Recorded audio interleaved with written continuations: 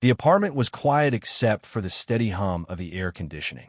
Outside, the city lights flickered, the neon glow from a distant billboard casting soft patterns on my bedroom walls. I had just finished showering, the steam still clinging to the mirror, blurring my reflection.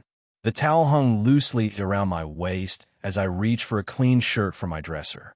Morris and I have been best friends for years, since college. Actually, he was the kind of guy everyone gravitated toward.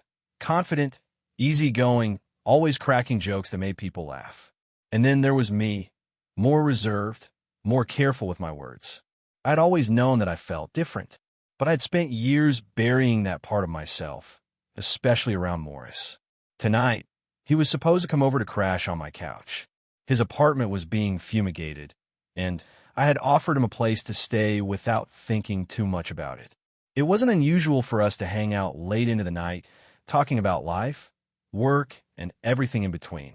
I turned my back to the door as I pulled off the towel, reaching for my boxers when the door creaked open. I froze.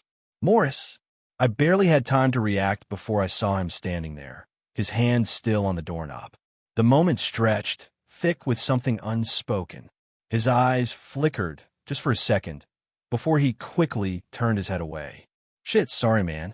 I thought you were—" He hesitated, his voice strained. "Didn't know you were still getting dressed."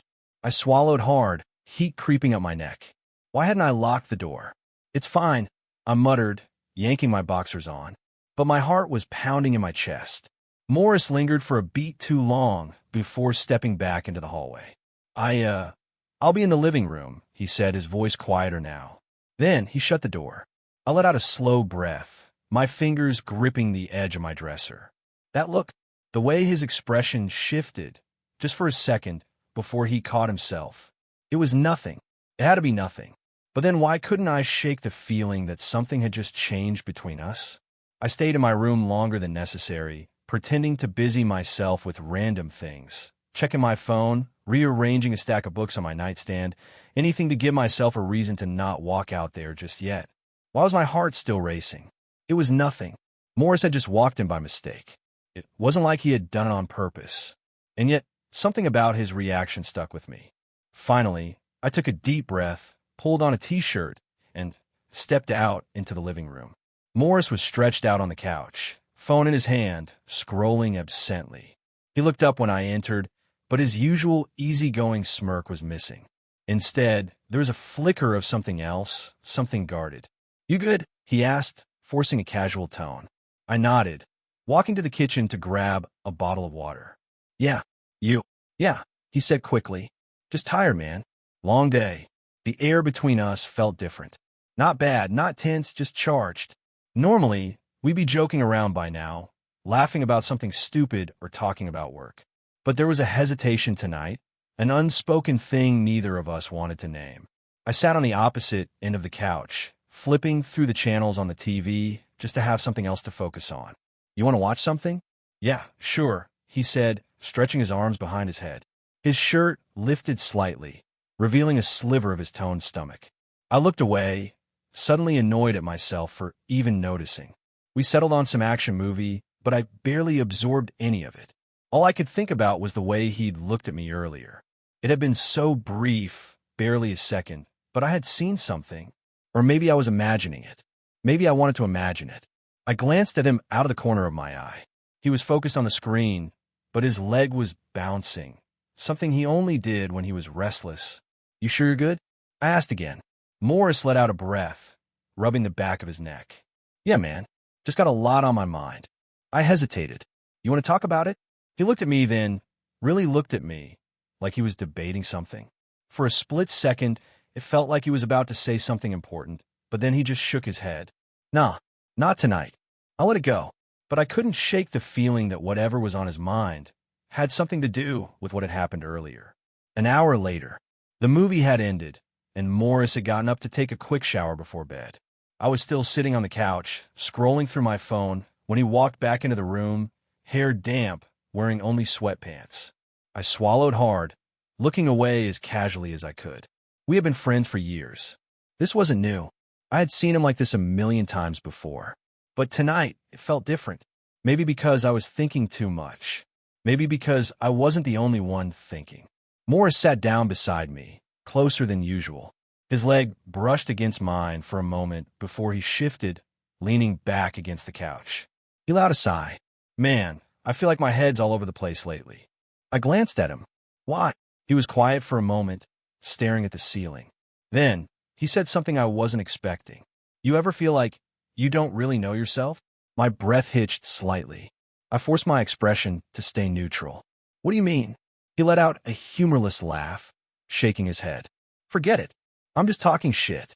I hesitated, then said, You know you can talk to me, right? Morris turned his head to look at me, and this time, there was no mistaking it. There was something in his eyes, uncertainty, hesitation, and maybe something more. My pulse quickened. The room felt smaller, brighter, louder. He looked away first, rubbing his hands together. Yeah, I know. Neither of us said anything for a long time. The weight of whatever this was sat between us, thick and heavy. Finally, he cleared his throat and stood up. I should get some sleep. Thanks for letting me crash here, man. I nodded, forcing a small smile. Yeah, of course. He lingered for half a second longer before disappearing into the guest room. I exhaled, pressing my fingers to my temple. What the hell was happening? Whatever it was, I wasn't imagining it. The silence in the room stretched between us, heavy and thick. I could hear the distant hum of the air conditioner, the faint rustling of the curtains as a breeze slipped through the barely open window. But my focus was entirely on Morris, his presence filling every inch of the space between us. He had just walked in on me, completely by accident, but something about the way he looked at me wasn't just embarrassment. It wasn't just awkwardness. It was something else, something I couldn't put into words. I could see it in his eyes, hesitation, confusion, curiosity. My heart pounded as I scrambled to pull my towel tighter around my waist, suddenly hyper-aware of how vulnerable I was. But he wasn't moving. He wasn't turning away. Instead, he stood there, his hands still gripping the doorknob, as if he was debating whether to step forward or walk away. Morris, my voice came out quieter than I intended, uncertain. He blinked, as if snapping out of whatever daze he was in. He exhaled sharply, rubbing the back of his neck. I didn't mean to just barge in like that. His voice trailed off, but his gaze didn't leave mine. I swallowed hard, trying to push down the wave of emotions threatening to surface. It's fine. Just bad timing, I guess. But I didn't know if that was entirely true.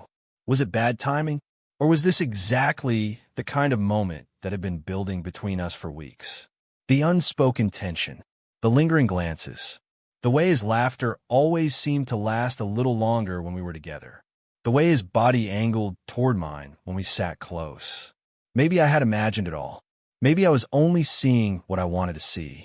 But right now, in this moment, his expression was telling me otherwise.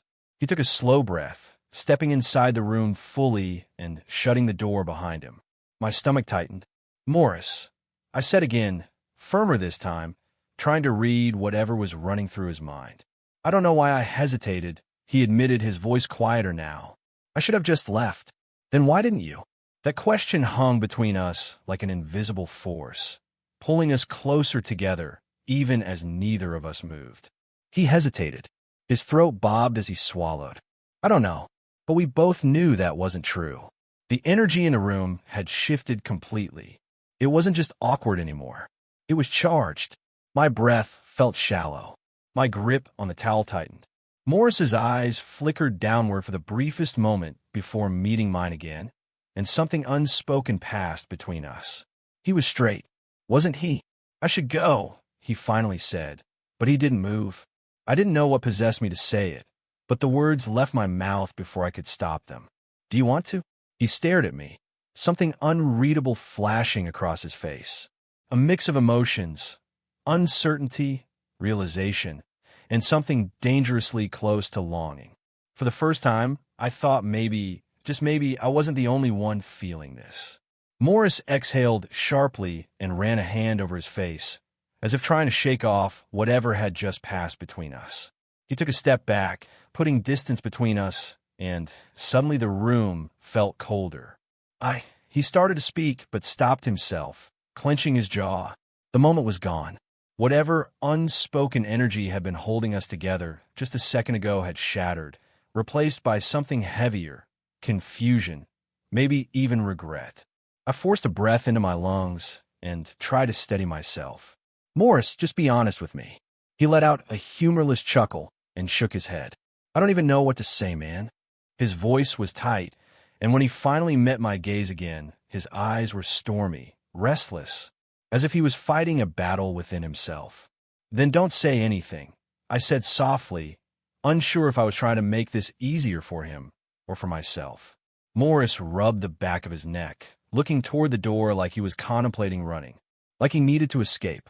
And that stung. I swallowed hard. Look, if this was nothing, just say it. Just tell me I imagined all of it. He was silent. His lack of an answer felt louder than if he had actually spoken. I should go, he finally muttered, voice barely above a whisper. He turned toward the door, hand gripping the knob like it was the only thing keeping him steady. And for some reason, that made something inside me snap. Why did you hesitate? My voice came out sharper than I intended, but I didn't care anymore. Back when you walked in, why did you stop? Why didn't you just leave? Morris flinched slightly, but he didn't turn around. I don't know. That's not an answer.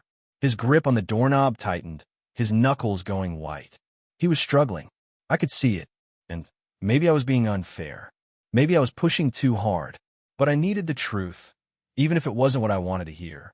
A tense silence filled the air between us. I could hear my own heartbeat, feel the weight of everything pressing down on us. Then Morris let out a slow, unsteady breath. I need to figure this out, he admitted, voice low, almost strained. And I can't do that in here. I felt my chest tighten, but I nodded, even though he wasn't looking at me.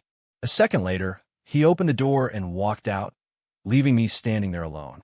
And for the first time in a long time, I wasn't sure if I'd ever see him the same way again.